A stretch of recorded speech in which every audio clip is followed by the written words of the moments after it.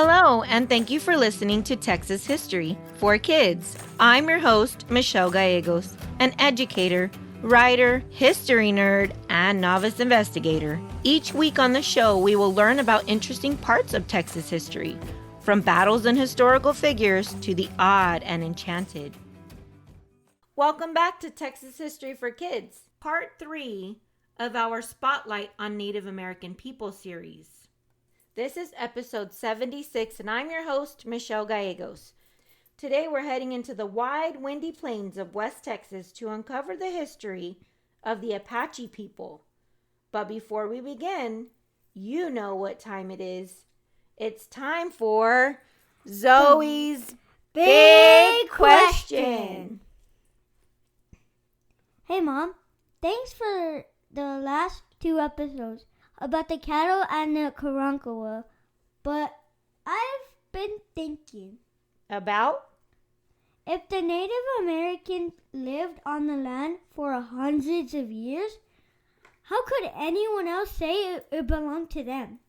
That's really a good question, Zoe. The Apache didn't believe people could own land at all. They saw it as something sacred, something to care for and to protect. So when new settlers came in and tried to claim it, the Apache were like, wait, what? You think you can own the land? Exactly. And that difference in how people saw the land caused a lot of problems. Some that we're still learning about today. So here's my big question for you listeners. Do you think land should belong to one person, or should it be shared and respected like the Apache believed? Hold on to that thought, because in today's episode, we're diving into the history, the mystery, and the lasting legacy of the native Apache tribe in Texas. It's a lonely stretch of desert near the Rio Grande. The wind shifts through the rocks like it remembers something, like it's carrying a story. A ranger finds something sticking out of the sand, a carved bison bone wrapped in rawhide with symbols too old to trace. It doesn't look like much, but this isn't just a fossil. It's a clue to a people who once ruled the Texas plains and then seemed to vanish.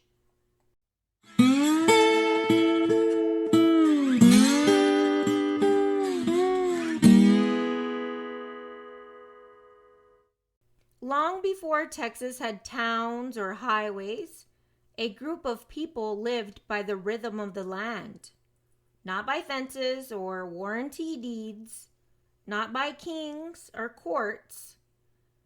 These people were called the Apache, though that's not the name they gave themselves.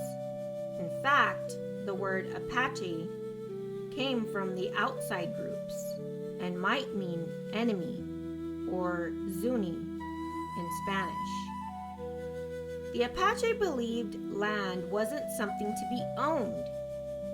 As with most Native Americans, it was considered a gift, a source of food, water, medicine, and spirit. To own the land, that was like saying you own the sky. That belief that land cannot be claimed would lead to centuries of conflict, misunderstandings, and court rulings, including one in 1823 when the U.S. Supreme Court said Native Americans had only a right of occupancy. Their land, it said, belonged now to the federal government. But to the Apache, no law could ever separate them from the earth, because the land wasn't just where they lived. It was a part of who they were. The Spanish first encountered them in 1540. Conquistador Francisco Coronado called them Guerechos, nomads who rode swift dogs, and later on, swift horses. Over the years, they were called many names: vaqueros, escanhuaques, and even even the Lipan and the Mescalero.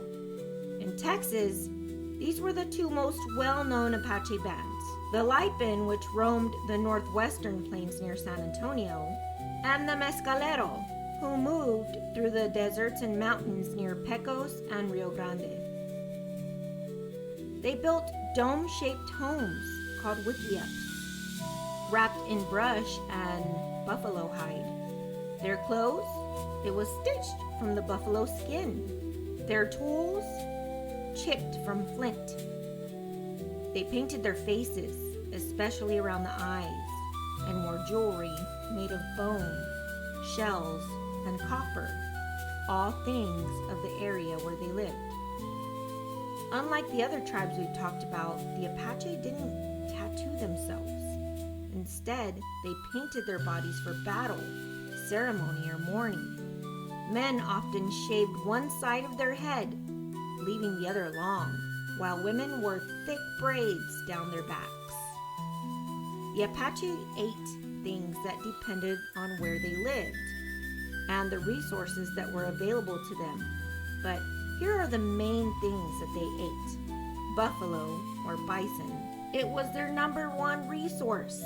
The Plains Apache followed the buffalo herds and used almost every part of the animal. Obviously, it was eaten fresh. And it was also dried into jerky or ground into powder and mixed with fat to make food called pemmican. The organs were considered a delicacy, especially the heart, the liver, and the stomach. Did you know that the inside of bone animals is a soft, jelly-like substance called bone marrow?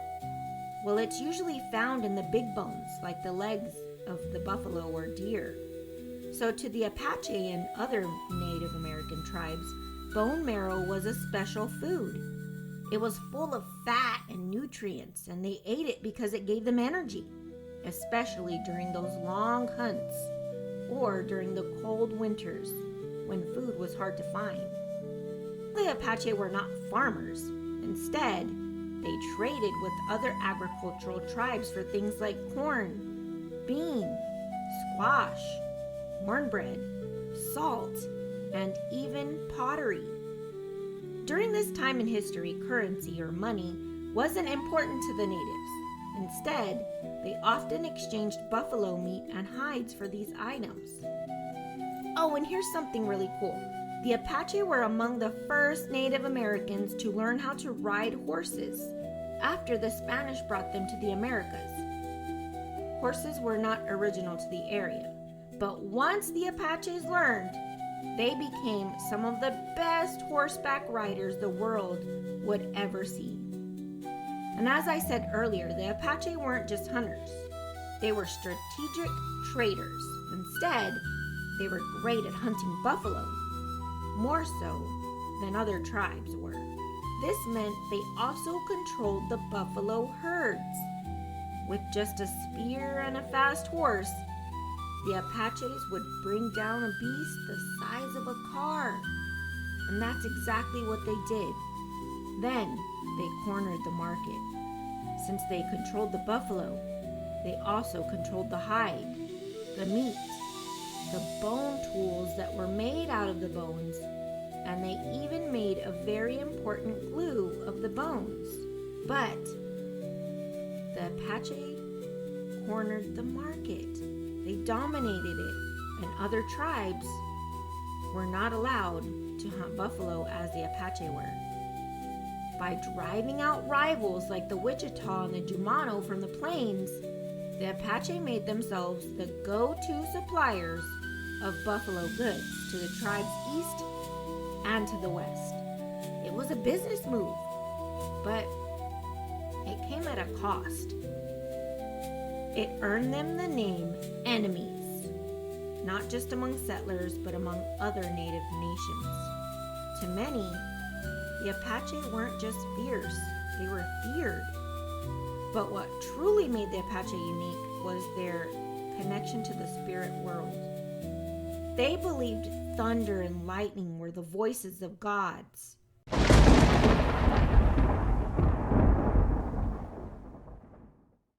shamans, spiritual leaders. They could all communicate with these forces through visions and quests and rituals. But where there is light, there is also shadow. The Apache feared witches because they believed witches caused illnesses, misfortune, and even death. Certain animals like owls and snakes and coyotes, they were all thought to carry dark energies with them. So seeing one might mean a spirit was nearby watching. When someone died, their possessions were destroyed or buried.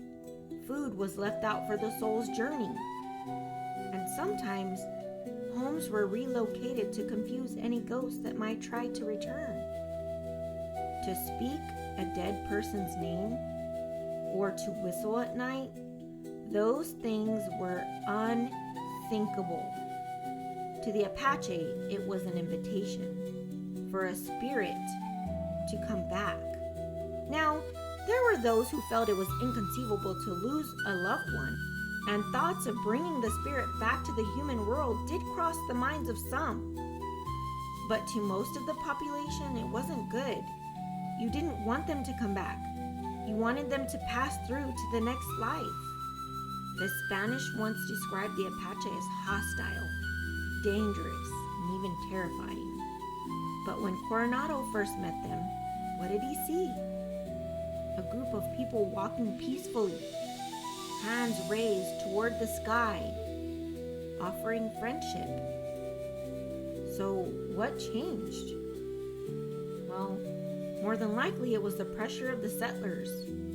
Maybe it was the loss of their lands, or maybe it was just survival. The Apache trained their boys for war. They ran, they wrestled, they learned to raid and control. By the mid-1800s, just hearing the word Apache was enough to make settlers afraid. But maybe we've been looking at it all wrong. What if, instead of raiders, they were defenders?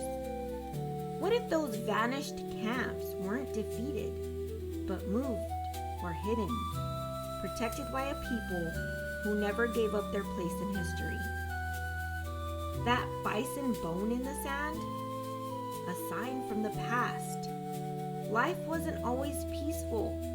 When Spanish colonists moved to Texas, followed by the Mexicans and later the American settlers, the Apache were forced to defend their lands and their way of life. They were fierce fighters, using surprise attacks and deep knowledge of the terrain to their advantage. One famous Apache leader, Geronimo, became known across the country for resisting the U.S. government's attempts to take Apache lands. Though Geronimo was more connected to the Apache of Arizona and New Mexico, his legend still echoes in Texas today. By the 1800s, many Apache had been forced onto reservations.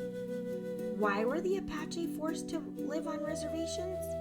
Well, for hundreds of years, the Apache lived freely on their land, moving with the seasons, following the buffalo herd and living off nature.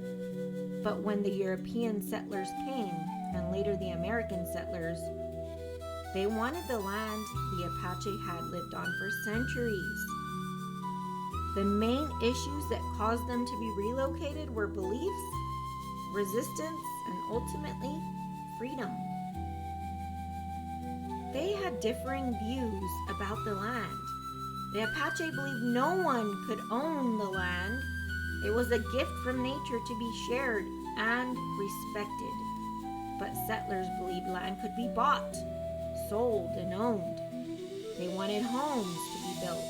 They wanted farms and towns. And this caused major conflicts because the Apache didn't understand why someone would try to own something like the earth or the sky. As settlers and soldiers pushed into Apache territory, many Apache resisted. They fought back to protect their families, their food sources, and sacred places. And this led to wars and battle between the United States Army and the Apache. The government's solution? Put them on reservations. they decided to force native people, including the Apache, onto reservations, which were small pieces of land where they were told to live. These were usually places far away from their original homes, and land was often poor. So this meant it wasn't good for hunting or farming. The government then promised food, schools, and safety, but soon those promises weren't kept. On the reservations, the Apache couldn't live the way they always had. They were not allowed to roam freely. They were not allowed to hunt buffalo or practice some of their traditions. And life became very hard, and many Apache families struggled to survive. But here's the thing, the Apache never disappeared. Today, Apache tribes still exist across the Southwest. They carry on their traditions, teach their language, and they keep their stories alive. They may no longer roam the Texas plains like they once did, but their spirit still whispers through the canyons. Their stories live on in their families, and their beliefs echo in the wind. Thanks for joining us on Texas History for Kids. Stay curious, and remember there's always more history beyond the classroom walls.